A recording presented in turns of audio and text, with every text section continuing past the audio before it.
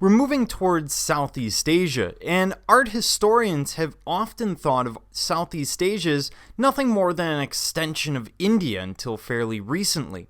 And I'm talking about cultural extension. Today, we know that trade brought these cultures closer together. And we're focusing here on Cambodia. Now, in 802, we see the founding of what's called the Angkor dynasty. Angkor. And they will rule for over 400 years, and they're especially known for massive architecture. Now, Angkor itself is a complex of temples and palaces within a rectangular grid of canals and reservoirs. Each king would build a temple mountain with his personal god at the top. This could be Vishnu, Buddha, or Shiva. And they believed that the chosen god reabsorbed the king since the king was a manifestation of that god. And the most famous of these complexes will actually be Angkor Wat. And here we're stepped well back, and you can see clearly that rectangular canal that is dug around Angkor Wat. And this continues. We see other rectangular moats again dug in the background. That's not a very good rectangle, but you get the idea. And this was delineated, Angkor Wat is delineated by a huge moat.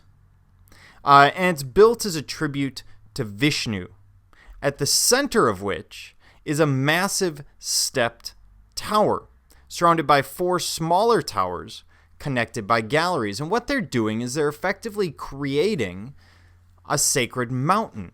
So this represents Mount Meru, the sacred mountain at the center of the universe.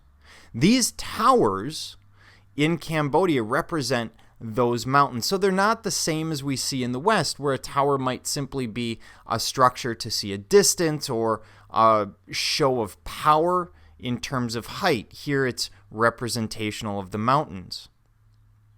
Throughout all of Angkor Wat, we see stone reliefs that will glorify both Vishnu and the king. And in this area, in Cambodia, this is how religion and politics will be united, very much like in Rome during the empire, where the Roman emperor serves as both political emperor or leader, as well as religious high priest. In the center of this and throughout, we see these depictions of Vishnu. Many times they are still clothed, even though Angkor Wat was fairly recently rediscovered. The statues are still felt to be sacred in a lot of ways, so they're still clothed, they're still going to be adorned in various manners.